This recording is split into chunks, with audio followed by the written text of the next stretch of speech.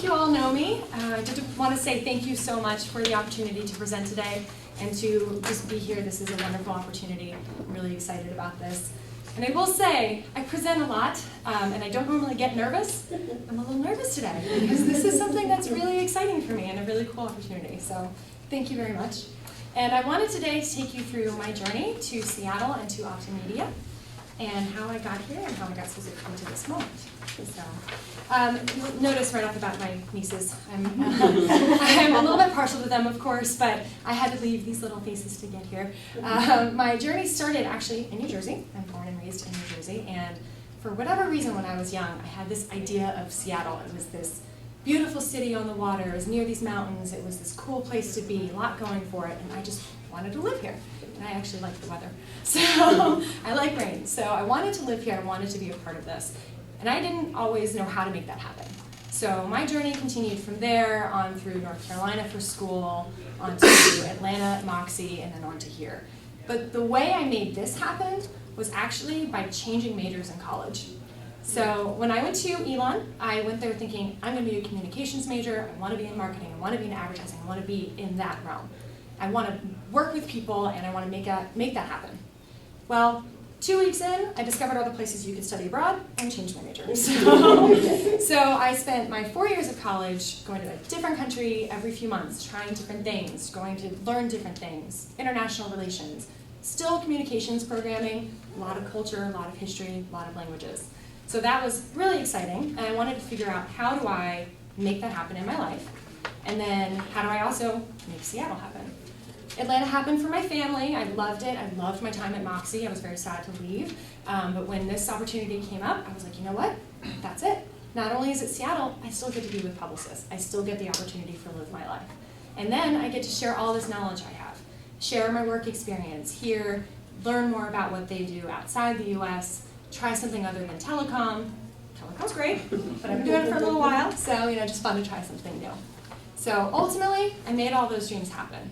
So I got here, and I did just want to go over the qualifications, the quantitative portion of everything, and sort of the numbers of how I got here. I had a goal, get to 25 countries by age 25. And on my 25th birthday, that's what I did. I went to my 25th. Thank you, Ryanair and cheap hostels for that, to make that kind of stuff happen. So I made that dream come true. And ultimately, along the way, I tried a lot of different things, tried to learn a lot of languages. Not always successfully. I just gained a lot of different experience about myself. I learned a lot. And then ultimately wanted to show you how that would make me a good hostess.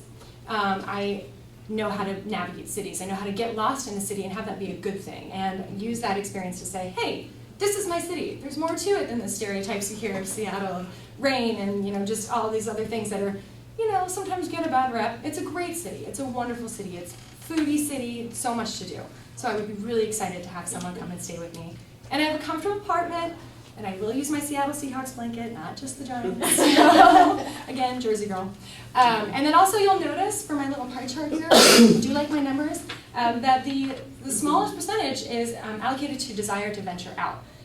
All I've really done with my time has been venture out. But this is the first time I will have done it in work and personal together. It's always been about school or personal or just adventures, travel. This is not as a tourist. This is as someone who wants that work experience. So that's where the little bit of nervousness kicks in. It's like, oh, this is exciting and keeps it interesting. So, and then just wanted to provide the sum up, the ROI, the experience that I would have, as well as what Opti would get from this by letting me participate. So this is, for me, a chance to really flourish, to really connect with who I am, to really be able to experience a whole other culture and also a whole other way of working. I have my base knowledge and I'm rooted in that, and that has been an immense resource for me. But I love to learn about other things. I love to learn about other verticals. What can I learn there that I can bring here? So that is something that I think will help me grow, not only as a person, but as an employee, and really help be the most confident I can be and be the best employee possible and the best team player. And let me tell you, if you were to ask me if I could pick 1 place, 5 places, 6 places, I could pick 10 off the top of my head of where I'd want to go. But honestly, I could do that anywhere and be just so excited to go anywhere and make that experience happen. So. Very good. We've got two follow-up questions Yes. for you. So the first one's from Judy. Okay. So tell me about what, one thing that you would bring back from your experience abroad and share with us and with clients and et cetera. So something that I've really been able to enjoy working on Metro has been the sponsorship element, working across offline and digital, which was not as much a part of what I did before when I was in DR and my time before even Opti. To be able to go and see how other teams are working across those various media types and what they're doing and how that plays out and how that speaks to other audiences besides the SMEs that I try to reach every day. How can I take that and apply it to this?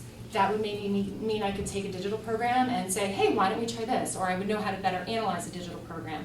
And those kinds of things are very exciting for us, for the consumer, for everyone involved. So I could take that and say, okay, team, we have these thoughts. Our publishers are coming to us with ideas. What are our thoughts? What do we want to do? What's going to be big and bold, and really speak to everyone the way that we want to speak to them?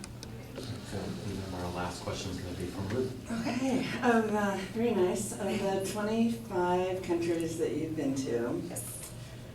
I'd like to know what your least favorite was. Okay. And if you found yourself going back to that country for your life, what you would do to make it a truly great experience.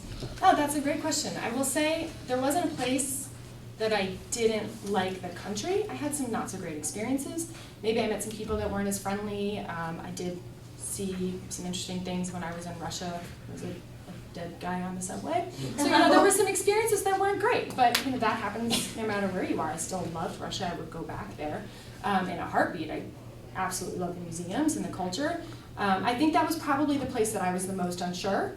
Just feeling a little like, okay, we have to be in a group. We have to have someone with us until we can't go here without this person. And it was a little bit jarring. I actually felt more comfortable in Dubai than I did in Moscow. So it took me a few minutes to kind of be like, okay, this is okay, everything's fine. But I would absolutely go back there, especially now having that knowledge. I would go back there and be really comfortable with it. So.